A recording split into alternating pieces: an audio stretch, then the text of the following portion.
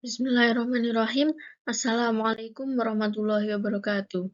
Perkenalkan, nama saya Salsabila Maimunatus Salma dari NIM 1860 2522101, nomor absen 13 dari kelas PKMI 3C. Ini saya akan menjelaskan sedikit pemaparan dari tugas tengah semester yang telah saya kerjakan. Yang pertama adalah bagaimana kurikulum dapat disesuaikan dengan kebutuhan dan karakteristik siswa dalam konteks pembelajaran sekolah, yaitu dengan mempertimbangkan tahap perkembangan dan tingkat pencapaian peserta didik saat ini. Pembelajaran dirancang dengan mempertimbangkan tahap pembelajaran dan tingkat pencapaian peserta didik saat ini, sesuai dengan kebutuhan belajar serta mencerminkan karakteristik dan perkembangan peserta didik yang beragam sehingga pembelajaran menjadi bermakna dan menyenangkan.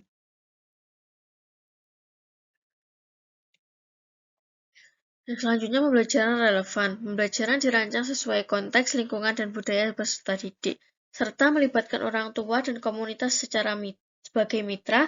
Pendidik menyelenggarakan pembelajaran sesuai kebutuhan yang dikaitkan dengan dunia nyata, lingkungan, dan budaya yang menarik minat peserta didik.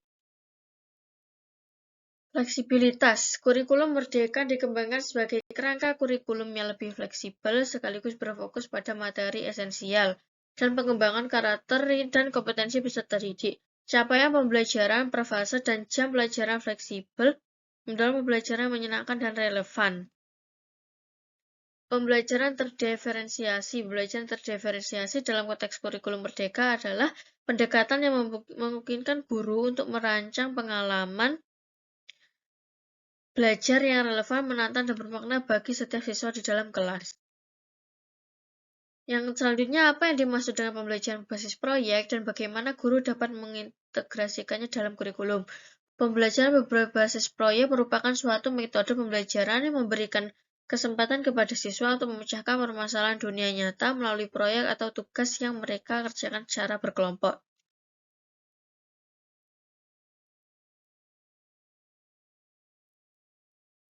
Ringkasnya, mengintegrasikan pembelajaran berbasis proyek ke dalam kurikulum dapat membawa banyak manfaat bagi siswa, seperti meningkatkan motivasi belajar, mengembangkan keterampilan sosial, dan memperluas pengetahuan tentang dunia nyata. Namun, penggunaan metode ini menimbulkan tantangan, seperti mengidentifikasi topik proyek yang menarik dan relevan. Yang selanjutnya, bagaimana teknologi dapat digunakan dalam mendukung pembelajaran dalam kurikulum. Selain itu, teknologi juga dapat digunakan untuk mendukung pembelajaran yang berdiferensiasi dengan memberikan fleksibilitas kepada lembaga pendidikan dalam membuat program yang sesuai dengan konteksnya, yaitu pembelajaran jarak jauh, pembelajaran interaktif, belajar mandiri, pelatihan guru, dan dengan menggunakan teknologi dalam pembelajaran. Selanjutnya, mengapa evaluasi kurikulum sangat penting dilakukan dan berikan contoh konkret evaluasi kurikulum. Evaluasi kurikulum memainkan peran penting baik dalam melanjutkan kebijakan pendidikan secara umum maupun dalam membuat keputusan program. Pengambilan kebijakan pendidikan dan perancang program dapat menggunakan hasil evaluasi program untuk memilih dan menentukan kebijakan pengembangan sistem pendidikan serta mengembangkan model program yang akan digunakan. Jelaskan dan berikan contoh konkret guru dalam melakukan penilaian dalam pembelajaran yang efektif, yaitu dengan melakukan penilaian autentik. Penilaian autentik dilakukan dengan cara mengevaluasi kemampuan siswa dalam mengaplikasikan pengetahuan dan keterampilan yang telah dipelajari dalam situasi dunia nyata. Guru dapat menggunakan strategi penilaian seperti proyek, presentasi, dan simulasi untuk mengevaluasi kemampuan siswa dalam mengaplikasikan pengetahuan dan keterampilan. Contoh konkret dari penilaian autentik adalah guru memberikan tugas praktek pada siswa untuk membuat produk yang dapat dipresentasikan kepada orang lain.